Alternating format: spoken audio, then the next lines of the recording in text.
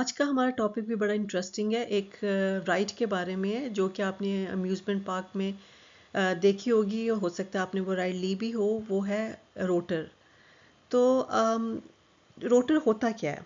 Rotor basically एक hollow cylindrical room होता है जो कि रोटेट करता है अबाउट इट्स वर्टिकल एक्सिस। होता क्या है कि जब हम इस वाले सिलेंडर में यानी कि इस वाली राइड में हम एंटर होते हैं तो जो वॉल है उसके साथ हम खड़े हो जाते हैं।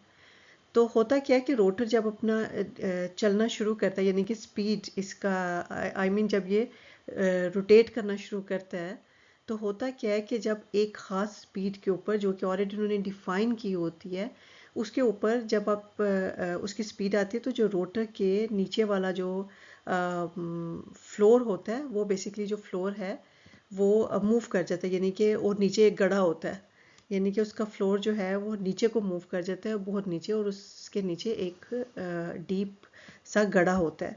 लेकिन जो पर्सन खड़ा होता है वो उसके अंदर गिरता नहीं है, बल्कि वो वॉल के अगेंस्ट ही बहुत स्टिक यानी कि उसके साथ ही चिपका रहता है। तो अब आप देखिए कि कौन सी फोर्सेस बेसिकली इसके ऊपर एक्ट कर रही होती हैं। अम, और हमने देखना ये है कि कितनी मिनिमम स्पीड भी चाहिए इस रोटर को मूव करने के लिए, उसकी हम कैलकुलेशंस करेंगे। उससे पहले हम देखते हैं कौन सी फोर्सेस उसके ऊपर एक्ट कर रही हैं। तो अब देखिए, सबसे पहले तो ये जो पर्सन खड़ा है इसका एक वेट है जो कि वर्टिकली डाउनवर्ड है और जिसकी वैल्यू जो है वो mg है। इसके अलावा जो पर्सन है जो इस वॉल के साथ अटैच्ड है एक तरह से, तो एक फोर्स ऑफ स्टैटिक फ्रिक्शन है जो कि इस पर्सन और ये जो रोटर की वॉल उसके दरमियान में एग्जिस्ट करती है। और वो जो फोर्स है उसको हमने रिप्रेजेंट किया है F और उसके सबस्क्रिप्ट में S से, और उसकी डायरेक्शन ऑब्वियसली अपवर्ड होगी क्योंकि वो वॉल के साथ ये जो पर्सन है ये अटैच्ड है, और वो जो पर्सन वो वाली बेसिकली उस वाले पर्सन के जो क्लॉथ्स कपड़े हैं और जो वॉल है उसके दरमियान में एग्जिस्ट कर रही है, और उसकी डायरेक्शन इस तरह से अपवर्ड होगी। इसके अलावा एक फोर्स जो कि एग्जर्ट हो रही है, जो ये जो रोटर है उसकी वॉल एग्जर्ट करेगी ऑन दिस पर्सन, जो कि डायरेक्टेड होगी towards the centre of this rotor. उसको हम रिप्रेजेंट कर रहे हैं बाय एन। ये आप यहाँ पे फ्री बॉडी डायग्राम में देख सकते हैं बाय दिस एन। तो अब हम देखते हैं कि ओके इक्वेशंस हम लिखते हैं एक्चुअली। तो कौन कौन सी फोर्सेस होंगी, और हम देखते हैं कि एक तो ये है कि जो स्टैटिक फोर्स ऑफ फ्रिक्शन है वो बैलेंस कर रही है mg को। इसको मैं इक्वेशन नंबर 1 कह देती हूँ। और इसी तरह से मुझे ये पता है कि जो स्टैटिक फोर्स ऑफ फ्रिक्शन है वो इक्वल होती है mu s n, where this mu s is the coefficient of static friction. इसको मैं इक्वेशन नंबर 2 दे देती हूँ। अब इसके अलावा ये जो मैंने कहा था कि जो जो सिलेंडर है वो चूँकि एक रिवॉल्व कर रहा है एक सर्कुलर पाथ में, तो एक सेंट्रीपिटल फोर्स है, तो सेंट्रीपिटल फोर्स को प्रोवाइड करने के लिए का हमेशा कोई ना कोई सोर्स होता है। तो जो सेंट्रीपिटल फोर्स का जो सोर्स है इस वाले केस में वो n है।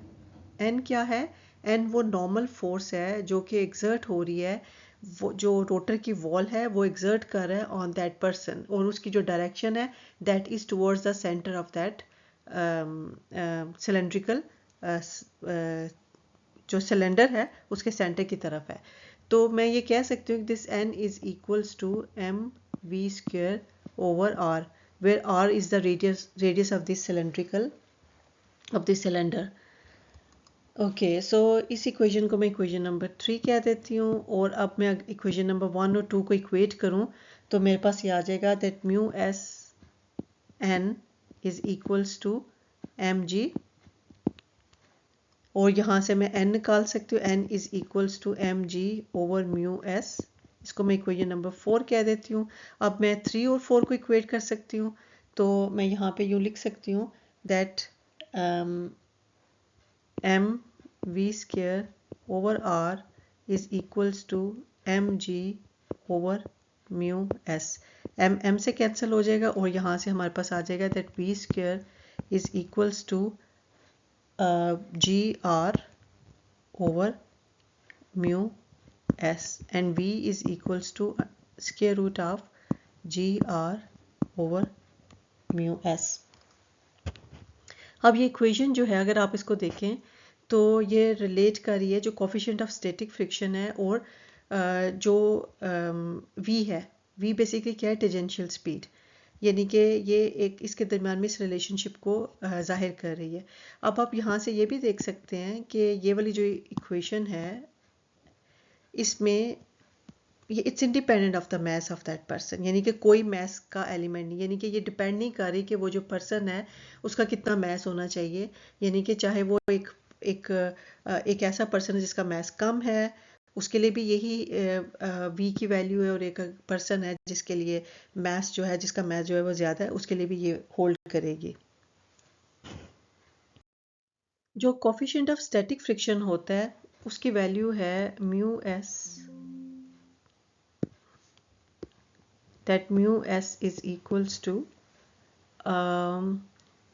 0.40, यानी कि जो कोफिशिएंट ऑफ स्टैटिक फ्रिक्शन है बेसिकली प्रैक्टिकली कोई भी टेक्सटाइल मटेरियल के दरमियान में और जो रोटर की वॉल है उसके दरमियान में जो कोफिशिएंट ऑफ स्टैटिक फ्रिक्शन उसकी ये वैल्यू होती है।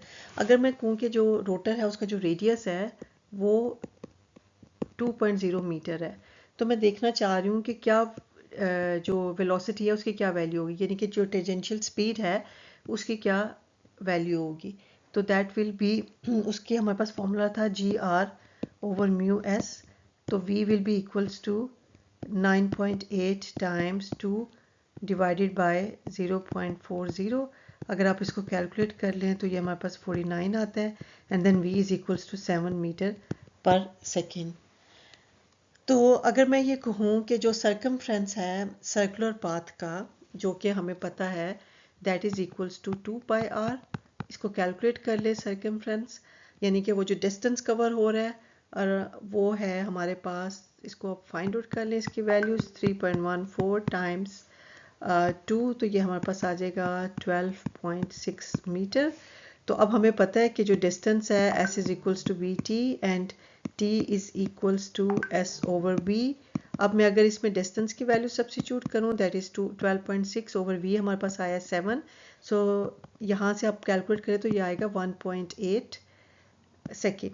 इसका मतलब है t is equals to 1.8 second, यानी कि इतना उसको टाइम लगा है टू कंप्लीट ईच रेवोल्यूशन, यानी कि हर रेवोल्यूशन को कंप्लीट करने का जो टाइम है वो 1.8 सेकेंड है। अब मैं अगर ये देखूं कि जो रोटर है वो टर्न करेगा 1 सेकेंड में कितना टर्न करेगा, तो आप वो देख सकते हैं 1 revolution divided by 1.80 second, that will be 0.56 revolution पर सेकेंड, यानी कि जो रोटर है वो तकरीबन जो टर्न करेगा, the rotor turn at a rate of at least 0.56 revolution पर सेकेंड। अच्छा स्टूडेंट्स, इसके बाद जो नेक्स्ट वाली स्लाइड है वो एक अम्यूज़मेंट पार्क की, जो अम्यूज़मेंट पार्क में जो रोटर होते हैं उसकी राइड की एक वीडियो है, और इसके अलावा आप यूट्यूब के ऊपर और भी बहुत सी वीडियोस देख सकते हैं इस वाली राइड की। चलिए आप उसको एंजॉय करें।